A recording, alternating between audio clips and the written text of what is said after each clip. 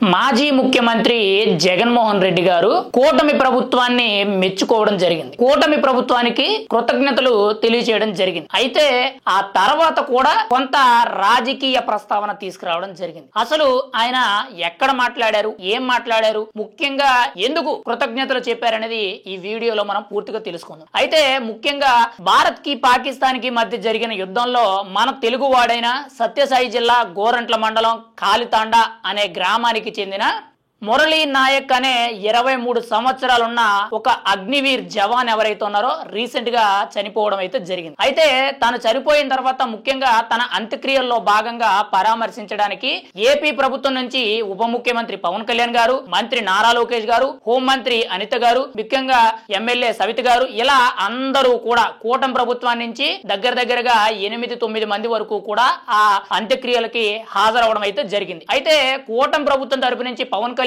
గారు, నారా లోకేష్ గారు వచ్చి ముఖ్యంగా ప్రభుత్వం తరపు నుంచి మురళీ నాయక్ కుటుంబానికి ఖచ్చితంగా ఒక ఆర్థిక పరమైన భరోసా కల్పించగలరు కాబట్టి, ఎలాగో చనిపోయిన బిడ్డని మనం తీసుకురాలేం కాబట్టి తన కుటుంబ భవిష్యత్తు అయినా బాగుండాలి అనే నేపథ్యంతో కూటమి ప్రభుత్వం ముఖ్యమంత్రి చంద్రబాబు నాయుడు గారు, ఉప ముఖ్యమంత్రి పవన్ కళ్యాణ్ గారి నిర్ణయంతో కీలకంగా 50 లక్షల రూపాయలు ఆర్థిక సాయం, 5 ఎకరాల పొలం అనేది, 300 గజాలు అనేది ముఖ్యంగా ఇంటి స్థలం, కుటుంబంలో ఒకరికి ప్రభుత్వ ఉద్యోగం ఇస్తామని చెప్పి కూటమి ప్రభుత్వం తరపున పవన్ కళ్యాణ్ గారు అనౌన్స్మెంట్ చేయడం జరిగింది. అంతేకాకుండా పవన్ కళ్యాణ్ గారు సొంత డబ్బులు ఇంకొక 25 లక్షలు అదనంగా ఇవ్వడం జరిగింది. అయితే ఇదంతా కూడా మనకి జరిగిన విషయమే, తెలిసిన విషయం. ఇప్పుడు తాజాగా ఈ రోజు చూసుకుంటే మాజీ ముఖ్యమంత్రి జగన్మోహన్ రెడ్డి గారు మురళీ నాయక్ కుటుంబాన్ని పరామర్శించడానికి వెళ్లారు. ఆయన వెళ్ళిన తర్వాత ముఖ్యంగా ఆ కుటుంబ సభ్యులను కలిశారు, పరామర్శించారు. బయటకు వచ్చిన తర్వాత ప్రెస్ మీట్ పెట్టి నేను తీసుకొచ్చిన సాంప్రదాయాన్ని ఈ రోజు కూటమి ప్రభుత్వం పాటిస్తున్నందుకు కృతజ్ఞతలు, ముఖ్యంగా ప్రభుత్వం పరంగా ఆర్థిక పరమైన భరోసా కల్పించినందుకు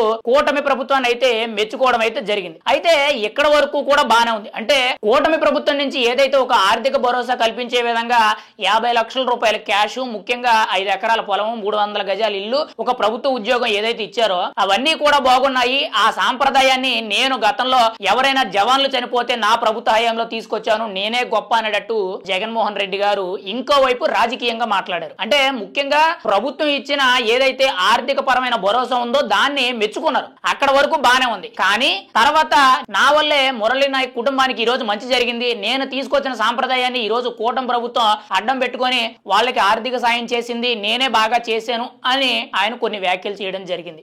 ఏది ఏమైనా సరే ఇక్కడ ముఖ్యంగా జగన్మోహన్ రెడ్డి గారు ఎక్కడికి వెళ్ళినా కానీ సెల్ఫ్ డబ్బా అనేది కుట్టుకోవడం ఆల్రెడీ మనం చాలా సార్లు చూసాం. ఇక్కడ జగన్మోహన్ రెడ్డి గారు వెళ్ళారు, పరామర్శించారు. తను కూడా ఒక 25 లక్షల రూపాయలు ఆర్థిక సాయం అనేది ప్రకటించారు. చాలా మంచి విషయం. ఎందుకనంటే తను కూడా ఒక నాయకుడు కాబట్టి తనకున్న ఇన్ఫ్లుయెన్స్ పరంగా చూసుకున్నా గానీ, తనకున్న ఆస్తిపాస్తుల పరంగా చూసుకున్నా గానీ జగన్మోహన్ రెడ్డి గారు ఇంకా డబ్బులు ఇచ్చినా గానీ మనం ఆశ్చర్యపోనవసరం లేదు. కానీ జగన్మోహన్ రెడ్డి గారు తన తరపు నుంచి ఏదైతే 25 లక్షల రూపాయల ఆర్థిక సాయం అని ప్రకటించారో, కూటమి ప్రభుత్వం నేను తీసుకొచ్చిన సాంప్రదాయాన్ని పాటిస్తున్నారు, కృతజ్ఞతలు అని చెప్పి అక్కడ వరకు బానే చెప్పారు. కానీ నేను తీసుకొస్తున్న సాంప్రదాయం నా వల్లే జరిగింది, నా వల్లే మురళీ కుటుంబానికి మంచి జరిగింది. గతంలో చంద్రబాబు నాయుడు కానీ అంతకు ముందు నేతలు ఎవ్వరూ కూడా వీర జవాన్లకి ఎవ్వరూ కూడా కనీసం ప్రభుత్వం తరపు నుంచి ఆర్థిక సాయం చేయలేదని చెప్పి ఇప్పుడు సోషల్ మీడియాలో ఆయన మాట్లాడిన మాటలన్నీ కూడా చాలా పెద్ద ఎత్తున వైరల్ అవుతున్నాయి. జగన్మోహన్ రెడ్డి గారు ఎక్కడికి వెళ్ళినా కానీ ఆయనకి ఖచ్చితంగా పొలిటికల్ మైలేజ్ అనేది కావాలి, ముఖ్యంగా పబ్లిసిటీ అనేది చాలా బలంగా రావాలి. కాబట్టి ముఖ్యంగా ఇటువంటి కార్యక్రమాల్లో పరామర్శింపు కార్యక్రమాలకు వెళ్ళి